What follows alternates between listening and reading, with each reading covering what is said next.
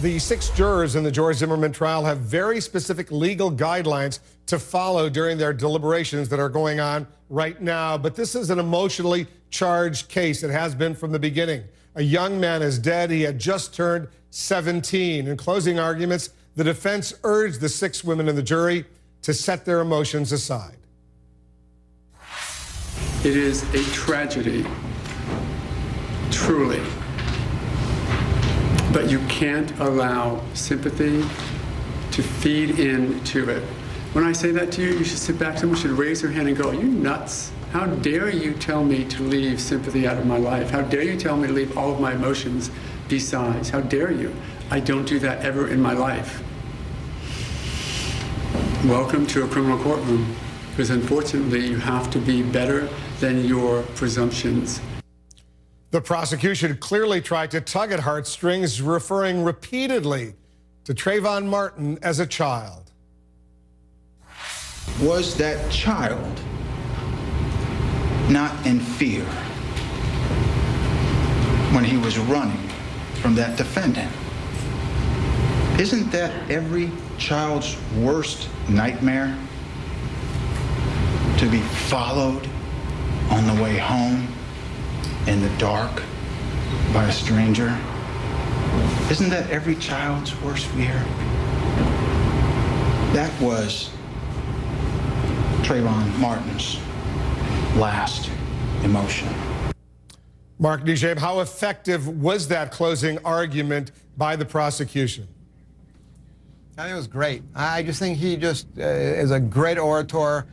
He works his words in just beautifully with the right amount of inflection and passion, and he's just great. He's a great speaker. With that said, I think that he's had a tremendous burden to overcome, and that is, did the state prove it?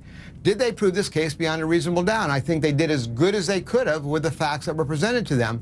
And so I can't do anything but give kudos for that closing.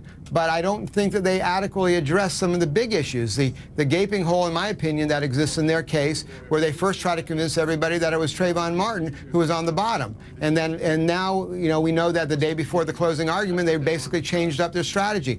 I'm not sure if the jury doesn't grab that, then it's a better case for the state. But if the jury understands the initial promises and then how it ended, I think that's problematic. Anytime you change up what you promised or suggest is going to happen, then it changes midway. That's typically challenging. Because the defense, as you heard, Sonny, repeatedly, they claim George Zimmerman was simply acting in self-defense. He was walking around, he saw somebody, he approached somebody, but then there was a fight. They claim Trayvon Martin threw the first punch, they got into a fight, and he was acting in self-defense.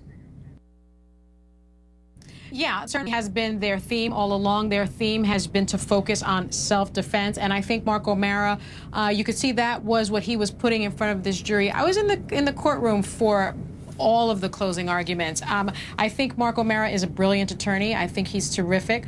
I think the jury wasn't necessarily with him when he was going over, when he brought out the big piece of concrete and put it on the ground. None of them got up to look at it, and you couldn't really see it from the back row.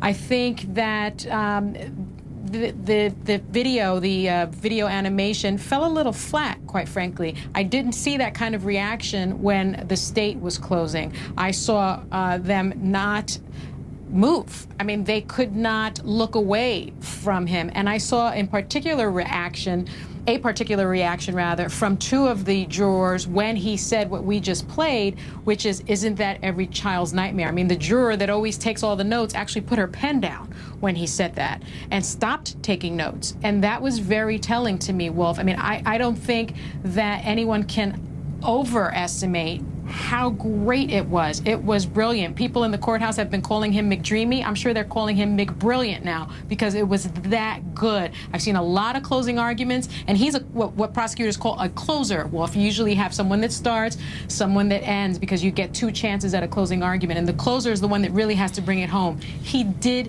his job brilliantly. I don't think I've ever seen one quite that good. I'll play another clip, and Jeffrey, listen to this, because I want you to explain what was going on here. This is near the end of the prosecutor John Guy's rebuttal, if you will, to what we heard from Mark O'Mara, the defense attorney, earlier in the day.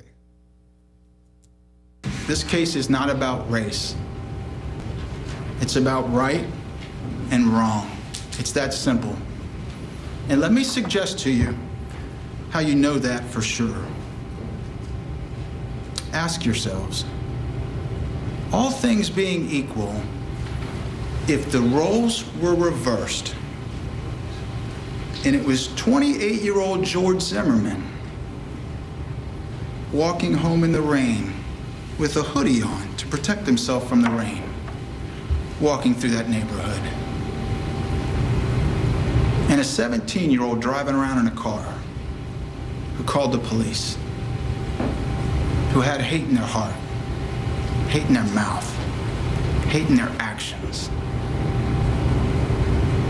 And if it was Trayvon Martin